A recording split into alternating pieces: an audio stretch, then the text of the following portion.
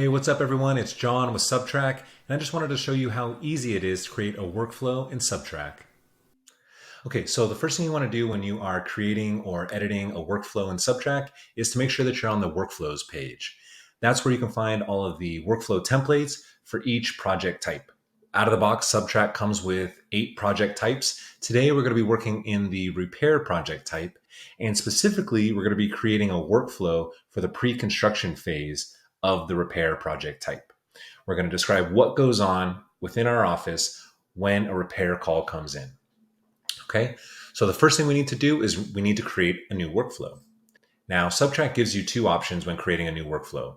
You can create a brand new workflow from scratch, or you can choose to import an existing workflow from a different project type.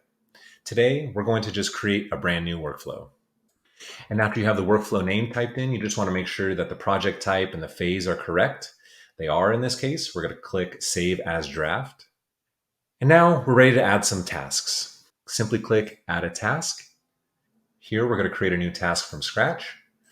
And this is where we enter what our task name is. So for this workflow, our first task is that we're going to be qualifying the customer over the phone and explaining the repair process to them. So I'm going to go ahead and type that task name in now. Okay, so now we have that task name typed in. I'm going to decide who in my company I want to complete this task. So for us, the responsible role is going to be the estimating coordinator. Next, we're going to choose what task type we want. For this task, we want it to be a dependent task.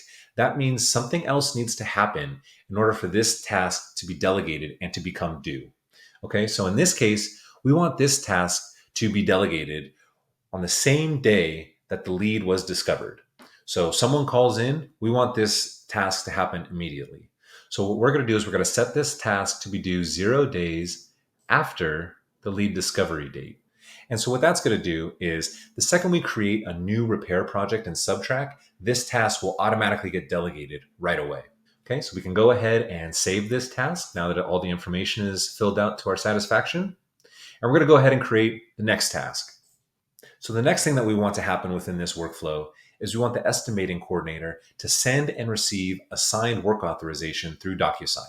Okay, so we have the task name typed in. Again, we're going to want the estimating coordinator to complete this task, and we want this task to be due right after task number 1. Once task number 1 is completed, we want this task to be delegated to the estimating coordinator. So we're going to mark this task as due 0 days after the completion of task number 1. Okay, so first we're going to qualify and explain the process to the customer. Then we're going to send them a signed work authorization in DocuSign. Once that DocuSign is received, the estimating coordinator is going to mark this task as complete. Okay, so now we're going to add a new task to our workflow. The next task is going to be to confirm scheduling availability with the foreman. So now we need to decide again who the responsible person in our company is going to be. That's again going to be the estimating coordinator. But we also want to include the foreman in this case because if the estimating coordinator doesn't quite get around to it, we want this task also delegated to the foreman so that they know that they need to contact the estimating coordinator to confirm their scheduling availability with them. So we're going to also put that the foreman is responsible for this task. Now we're going to want this task to be due the same day as task number 2. So we're going to say this task is due 0 days after the completion of task number 2. That way, once we receive that signed work authorization, then the task of confirming scheduling availability with the foreman will become due. Okay, so at this point, I'm going to add a few more tasks just to complete this workflow, and I'll check back in with you when I'm done. Okay, so now I feel pretty good about this workflow. We've described all the tasks that need to happen in our company's pre-construction process for a repair project. We've taken it from qualifying the customer over the phone all the way to setting up an appointment and confirming it with the customer. Okay, so now we feel pretty good about our workflow. And at this point, we want to set it live so that way our employees can start being delegated these tasks. So the way you do that is you go click Edit and you set the status as published. Click Save. And now the next time that you create a repair project in Subtrak, you can be confident that all of these tasks will be delegated to the right people at the right time. Okay, that'll just about do it. Super simple stuff. Hopefully you saw just how easy it is to create a workflow in Subtrak.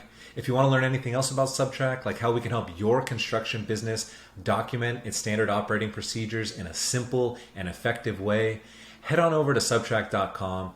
There you can schedule a one-on-one demo with one of our product experts. You can also sign up to become a founding member where you'll receive 25% off any tier subscription for life. Or if you'd rather just send us an email, you can reach out to us at connect@subtrak.com. We'll get back to you as soon as possible. All right, well, that's all the time we have for today. I'm John with Subtrak. I'll see you next time, but until then, happy contracting.